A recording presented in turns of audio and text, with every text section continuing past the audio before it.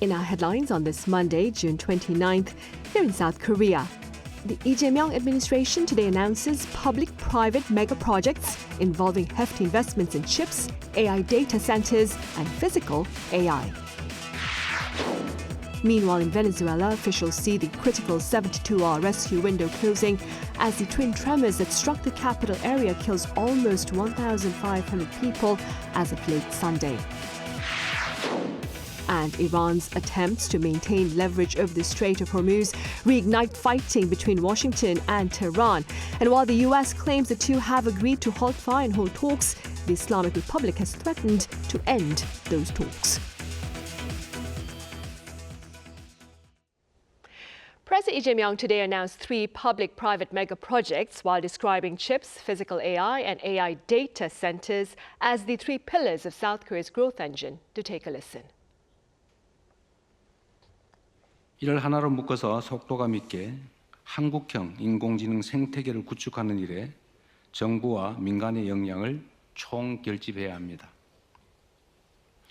폭발적으로 늘어나는 반도체 수요에 맞춰서 현재 진행 중인 생산 거점들을 빠르게 완성해야 합니다. 그리고 서남권 등의 대규모 신규 투자를 통해서 압도적인 공급 역량을 미리 확보해 나가야 합니다. The announcement was followed by pledges of investments by Samsung Electronics and SK hynix. Samsung spoke of Gwangju City as the site of a new semiconductor cluster, while expanding investment in chip fabrication plants and robotics in the Chungcheong-do provinces and Gyeongsang-buk-do province. SK hynix, meanwhile, unveiled plans to invest 1 quadrillion won in new AI data centers and another 1.1 quadrillion won to expand its semiconductor supply capacity, while including that is, of course, the construction of a new chip cluster in the southwest. The Lee Jae-myung administration's AI and chip ambitions are expected to ease regional growth disparities, as findings for the first quarter of this year show a tangible economic expansion in regions that house a semiconductor production base. Our Kim Do-yeon explains. Korea's gross regional domestic product grew by 3.8% in the first quarter on year, yet this headline figure masks a deep economic divide dictated by a single factor: semiconductor production. According to the Ministry of Data and Statistics on Monday, the fastest growing province was Chungcheong-buk-do province with a 13.8% year-on-year surge. This surge was propelled by a 25.8% leap in manufacturing directly tied to the global chip boom. Gyeonggi-do province expanded by 6.2%, supported by a 14.2% rise in its industrial sector. In sharp contrast, Jeollanam-do province's output shrank by 0.8%, marking its 5th consecutive quarterly contraction. The figures reflect a high concentration of production facilities for Samsung Electronics and SK hynix, spanning manufacturing hubs, including Pyeongtaek, Icheon, and Cheongju, alongside their densely clustered supplier networks in the area. This widening economic gap provides the critical policy justification for the government's highly anticipated mega-cluster investment in the Honam region announced on Monday, among other investments around the nation. This data confirms that regional economies face structural limitations without advanced technology infrastructure.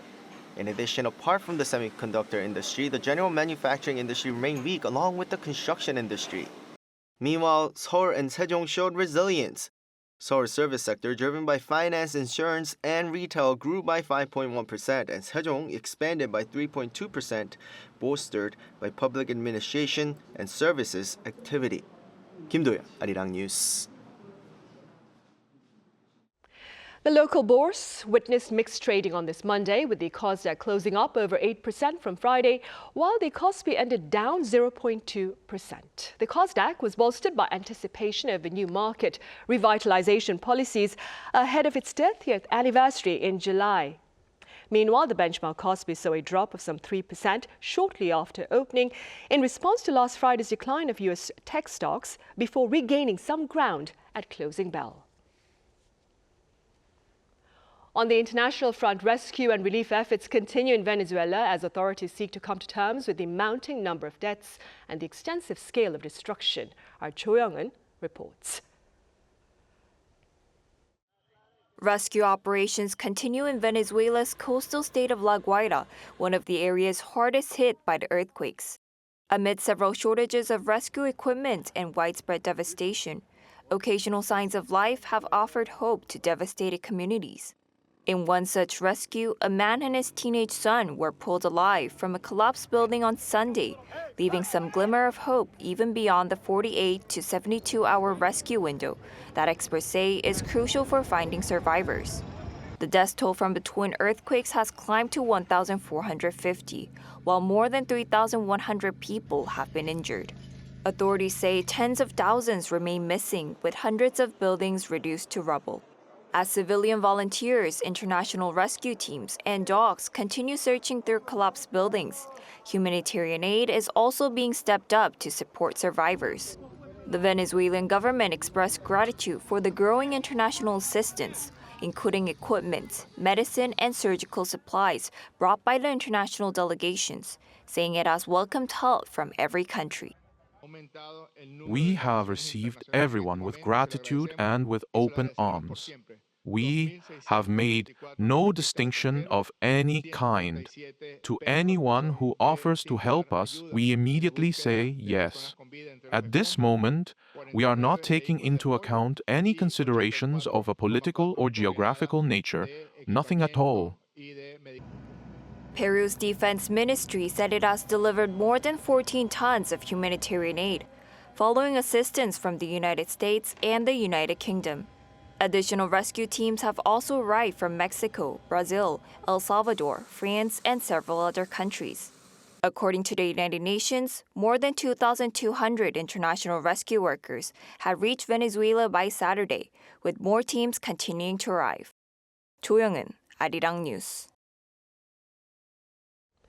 Meanwhile, in Europe, an unprecedented blistering summer heat has taken over the continent as global health authorities warn that the region is the fastest warming continent on Earth. Our Shin So-eun reports. Crowds gather beneath cooling mist sprayed from Berlin police water cannons. Even after being soaked, there's little relief from the relentless heat. Tourists retreat to the shades and fan themselves, but with air conditioning installed in only about 20% of European homes, escaping the brutal heat is no easy task. According to the World Health Organization, more than 1,300 excess deaths have been linked to the heat since June 21st. Experts say the crisis was fueled by a so-called heat dome, with high pressure trapping hot air from North Africa over Europe and pushing temperatures to extreme levels. As of Sunday, Germany recorded an all-time high of 41.7 degrees Celsius, while Poland and Czech Republic also shattered national temperature records, with temperatures exceeding 40 degrees. I've worked in temperatures of 17, 18 degrees. It's 40 degrees outside, but in here, it's 50 right now, my dear brother. Would you like to come inside? Would you like to visit my sauna? Describing heat stress as a silent killer, the WHO chief warns that Europe's homes, schools, and workplaces were never built to cope with prolonged extreme temperatures. As France's heat-related death toll surpassed 1,000, the crisis also reignited debate over wider use of air conditioning in a country where cooler summers and heat-retaining buildings have long kept adoption low. My apartment is top floor, south-facing, so it's really hot in there. And after the last heat wave, I was able to get my hands on an air conditioner. So it's been a lot better, manageable now. With climate change making extreme heat the new normal, the WHO is urging governments to strengthen public health systems and better protect vulnerable populations. Shin So-eun, Arirang News. Elsewhere, Iran's attempts to maintain leverage over the Strait of Hormuz have reignited fighting between Washington and Tehran. But the U.S. says the two sides have now agreed to halt fire, and hold talks. Our Park Gonu has the latest. The U.S. and Iran are set to meet in Doha, Qatar on Tuesday, after agreeing to halt the exchange of attacks that continued over the weekend, according to Axios citing a senior U.S. official. The talks were originally planned for Switzerland to discuss Iran's nuclear program, but amid continued tensions around the Strait of Hormuz, the venue was moved to the Qatari capital. Nick Stewart, who heads the U.S. technical team, is expected to join the talks. Over the weekend, Washington struck targets in Iran, prompting retaliatory strikes on U.S. bases in Kuwait and Bahrain, where the U.S. said there was no damage and no casualties. The latest hostilities stem from differing interpretations of a clause in a memorandum of understanding signed 2 weeks ago concerning responsibility for the Strait of Hormuz. Iran says the agreement gives it sole authority over the waterway, while the U.S. argues that interpretation violates international law and insists freedom of navigation must be guaranteed. Iran has a choice to make. It's going to be a responsible nation, or it can continue down this path to absolute ruin. And don't think for a second that President Trump isn't going to leave every option on the table to achieve not just our aim, the entire world's aim, that Iran never has a nuke. With Iran struggling under mounting economic pressure and the Trump administration facing November's midterm elections, attention is now on whether both sides can reach a deal before tensions escalate further. Park Kwon-woo, Arirang News. In other news, a new leader will take the reins of the United Nations next year, and one individual hoping to do so has reaffirmed the importance of reform to protect the UN-led system. My colleague Oh Soo-young covers his thoughts. Rebuilding trust in the United Nations in a fragmented world requires reform and also a new approach to development. That's the message from former Senegalese President Macky Sall, who is seeking to become the next UN Secretary General. In an interview with Arirang TV on the sidelines of the Jeju Forum, Sall stressed the urgency of reform for the world's largest platform for multilateral cooperation. We're living in a fragmented world where trust has greatly diminished and where consensus has become difficult to achieve. And this has greatly weakened the United Nations. The Security Council, for example, which is responsible for peace and security in the world, is having difficulty finding consensus on the majority of crises. Sall says reform must happen on two levels, inside the United Nations itself and among member states. As Secretary General, one of the first missions will be to implement this reform on two levels. First, at the level of the Secretariat and of the United Nations itself. How can we optimize its functioning? How can we also rationalize its resources and its missions? The second level is with the member states. On development, Sall says official development assistance has reached its limit.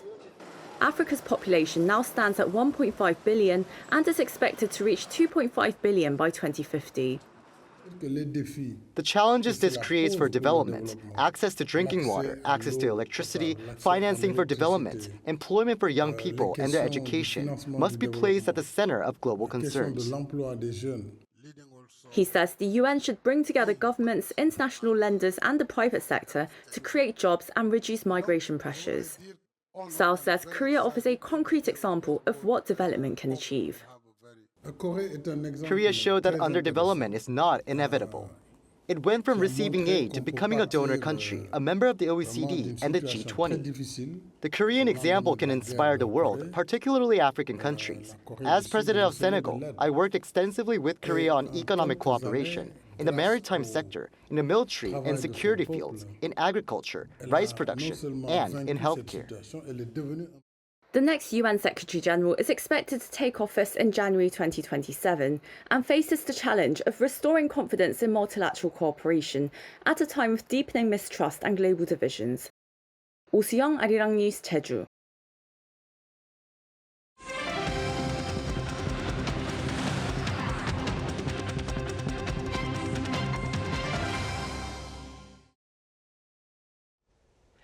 The ruling Democratic Party on Monday voiced its opposition to prolonging talks over the Parliament's committee leadership beyond June 30th, raising prospects of approving the lineup in the absence of bipartisan support. Accordingly, the main opposition People Power Party has accused the DP of seeking to monopolize key committee posts, including the influential Legislation and Judiciary Committee. The dispute has stalled the National Assembly's committee formation for more than a month since the Parliament entered the second half of its four-year term. If the two sides fail to reach a compromise, the DP is expected to push the appointments through at a plenary session on Tuesday. Hallyu spending, related spending that is, by foreign travelers to South Korea hit an all-time high of 1.4 trillion won, or about $900 million last month. According to the Korea Tourism Organization, May's sum is up over 73% on year. The findings suggest South Korea continued to attract Hallyu tourists even after BTS wrapped up its Kwanghamun comeback concert in March. Concert attendance appeared to be the most popular activity among the foreign visitors. And the Ministry of Culture, Sports and Tourism, along with the Korea Tourism Organization, has launched a public vote on 10,000 tourist landmarks across South Korea.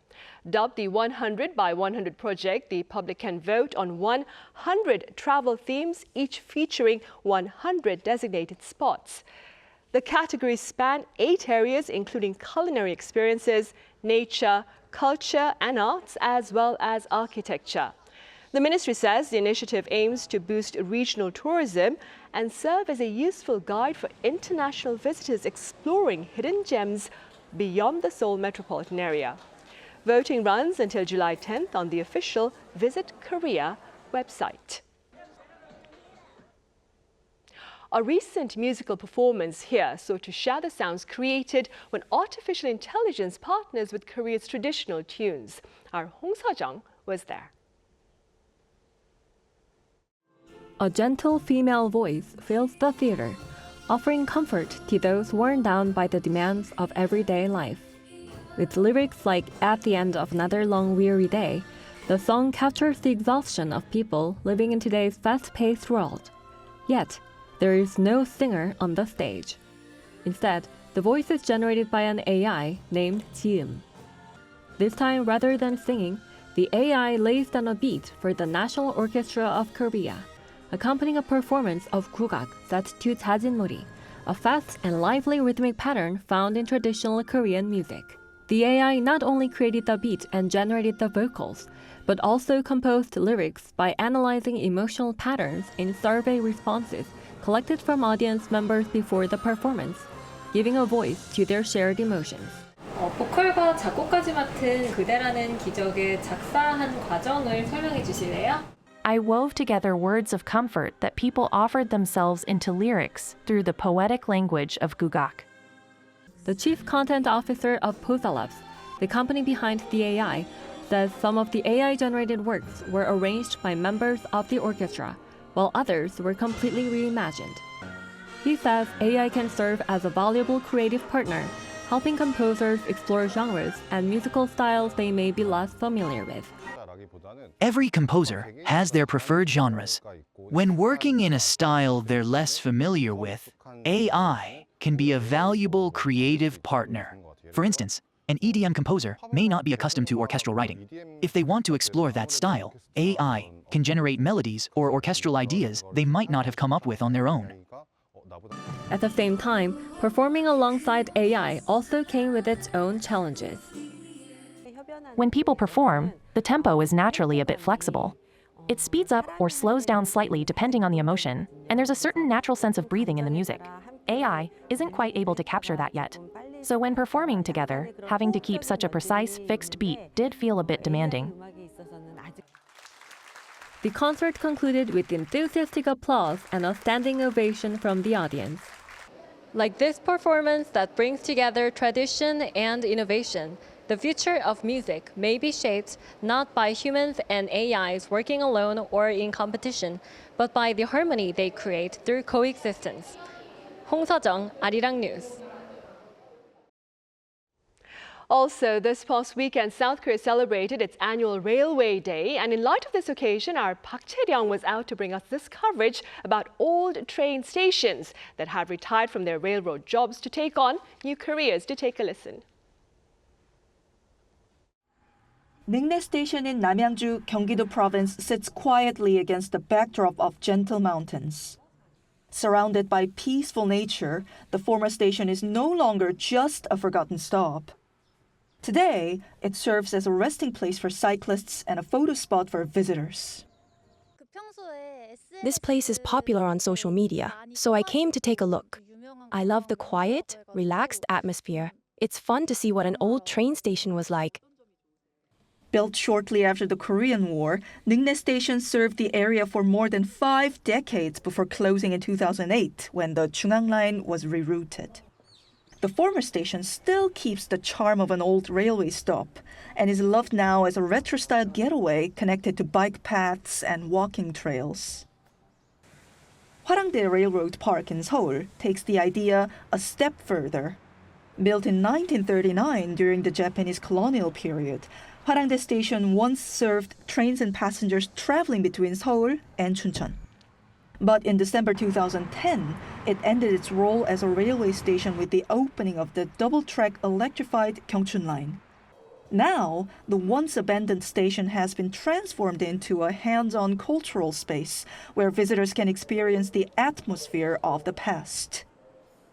This place recreates the inside of an old train, giving visitors a feel for rail travel in the past, while also finding a use for an otherwise empty station. The park features a replica of a train once used by Emperor Gojong, a restaurant designed as the inside of an emperor's train from the past.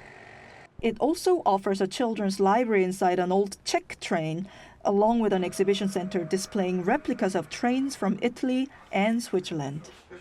The planner behind Hwarangdae Railroad Park said he hopes the site will help visitors connect the past with the present. It attracts hundreds of thousands of visitors each year. I hope it becomes a space where people can reconnect with the past and experience a new culture. These stations may no longer serve passengers the way they once did, but they are still bringing people together. But this time through history, culture, and shared memories. Park Chae-ryung, Arirang News.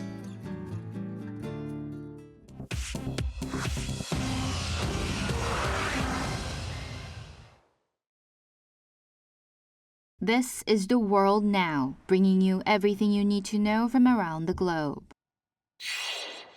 A helicopter belonging to Saudi oil giant Aramco has crashed on the country's east coast, killing all 14 on board.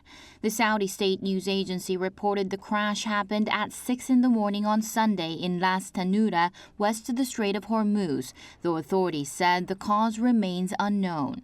Aramco had just resumed crude oil loadings at its Ras Tanura terminal on Friday after a halt of nearly 4 months. Saudi Arabia, the world's biggest oil exporter, has ramped up output ahead of the interim deal to end the war between the United States and Iran. In France, a small plane carrying a pilot and 10 parachutists crashed on Sunday, killing all on board. The aircraft went down about 300 meters from the runway at Nancy-Essay Airport in northeast France, narrowly missing nearby homes in the town of Tomblain. A witness said that the engine fell silent as the plane was climbing, with no fire or explosion before it dropped vertically to the ground. The wreckage landed on a bike path near a shopping center. In Australia, the maximum penalty for social media platforms that breach its under-16 ban has been doubled to $99 million. The government, following updated legislation on Saturday, will also be able to make companies show evidence of compliance amid struggles to enforce the law. Children under 16 have been barred from 10 major platforms since December, but a regulator found 7 in 10 children under 16 who had accounts before the ban retained some access. Investigations have opened into Facebook, Instagram, Snapchat, TikTok, and YouTube. The UK, Indonesia, the UAE, and New Zealand are among the countries planning similar restrictions. Chu Ji-han, Arirang News.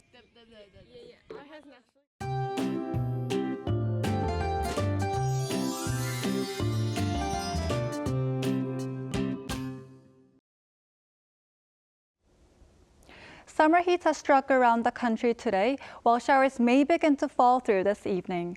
Rainfall amounts are expected to range from 5 to 40 millimeters depending on the region, so keep an umbrella handy when heading home.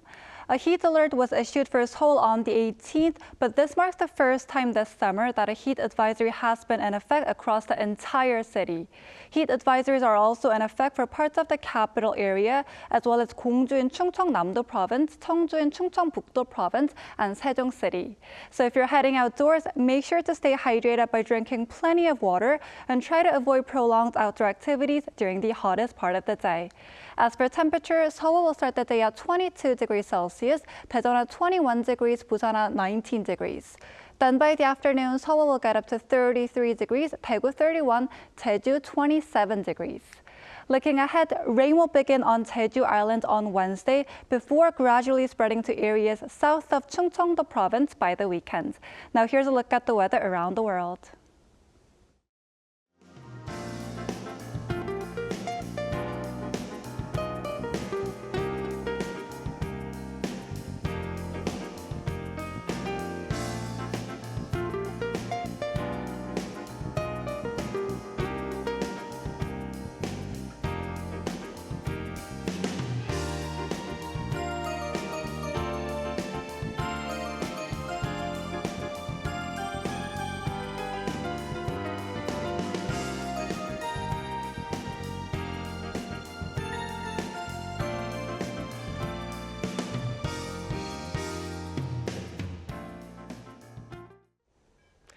Right, those are the headlines at this hour here in South Korea. As always, thank you for watching.